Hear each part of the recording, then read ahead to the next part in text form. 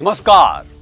आज हम एक बहुत ही इंटरेस्टिंग रुचिकर विषय पर चर्चा करने जा रहे हैं। शाइनेस, शर्मीलापन, लज्जालू, संकोच होता है लोगों को। कई बार हिचकिचाते हैं लोग बोलने के लिए, गाने के लिए, मिलने के लिए, और डरते हैं ये लोग उनके बारे में क्या सोचेंगे। एक शाई व्यक्ति या लज्जालू व्यक्ति या शर्मीला व्यक्ति कैसा होता है?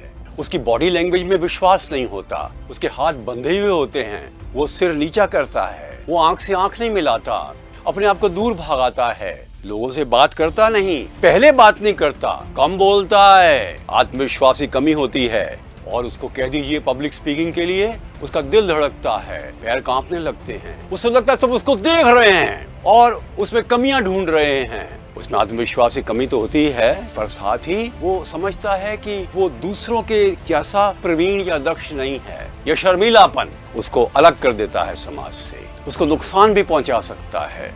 इंटरव्यू में वो शर्माता है, बात करने में शर्माता है, दोस्ती में शर्माता है, करियर में शर्माता है और पीछे रह जाता है। पर यह समस्या हल हो सकती है और कोई भी कर सकता है। यह अभिशाप नहीं है, एक ऐसा चित्रण है मानव की प्रकृति का जिस पर विजय प्राप्त की जा सकती है।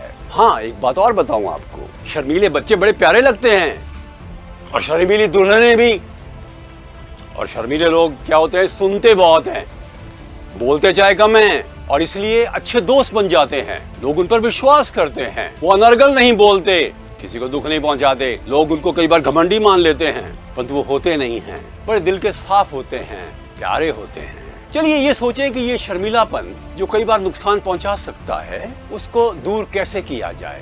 पहली चीज तो ये, जैसा विद्वान कहते हैं, वैज्ञानिक कहते हैं, ब्रीदिंग कंट्रोल यानी प्राणायाम बहुत ही उपयोगी एक विद्या है। मेडिटेशन जरूर हमें अपने आप में आत्मविश्वास का संचरण करने में लाभकारी होती है। हमें धीरे धीरे करके सामाजिक संबंधों को बढ़ाना चाहिए, सवाल पूछने चाहिए पहले, और बोलने का मौका आए तो बोलना भी चाहिए। जब विवेकानंद सबसे पहले बोले थे वर्ल्ड पार्लियामेंट ऑफ रिलीजन्स में, कहते मेरे पांव कांप रहे थे और मेरे हृदय में ऐसा लग रहा था जैसे मैं घबरा गया हूँ। उसके बाद भी किसी को पता नहीं चलने दिया कि उनमें आत्मविश्वास की कोई कमी है। तो हमें अपने एक इस प्रकार से व्यक्त करना चाहिए अपनी भावनाओं को, जिससे लोग ये समझें कि हम आत्मविश्वास युक्त हैं, हम शर्मीले नहीं हैं। और धीरे धीरे करके कोई ना कोई इस प्रकार की विद्या अपने आप में विकसित करनी चाहिए, इतना ज्ञान प्राप्त करना चाहिए कि हमारी बातचीत में लोगों को रुचि हो, हम अपने ऊपर ध्यान देना बंद करके दूसरों पर ध्यान दें। और बहुत ज्यादा ये ना सोचें कि लोग हमारे बारे में ही सोच रहे हैं, सामान्य माने अपने आप को। और ये ध्यान रखें कि शर्मीलापन किसी भी एज में हो सकता है और ये परमानेंट नहीं होता।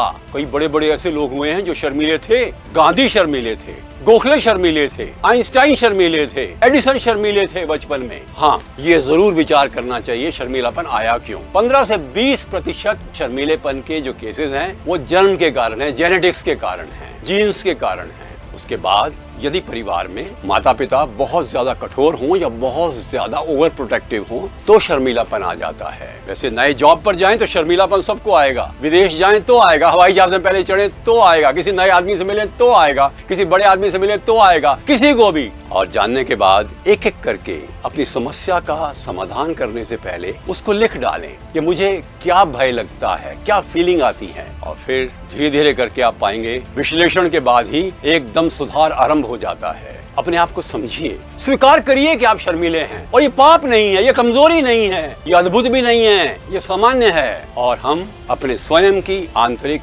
शक्तियों को सामने लाएं, चेहरे पर मुस्कुराहट रखें, ह्यूमर का प्रयोग करें, हंसें, हाथ पहले आगे बढ़ाएं, पहले हालचाल पूछें, डरे नहीं, गलतियां करने से भी, चूक करने से भी।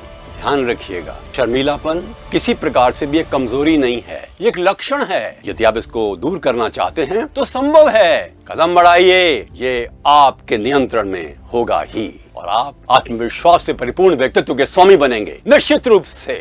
और अंत में 2 बातों का ध्यान रखें, अपनी तुलना दूसरों से मत कीजिए, अपने अंदर विश्वास रखें, अपनी प्रशंसा करना भी सीखें, ऑटो सजेशन दे, मन को दे शक्ति का संदेश, और ये मानकर चलें कि आप में कुछ ऐसे गुण हैं जो दूसरों में नहीं हैं। और यदि कोई आपकी प्रशंसा करे तो स्वीकार कीजिए, तो क्या प्रशंसा लायक हैं, थे भी और होंगे भी।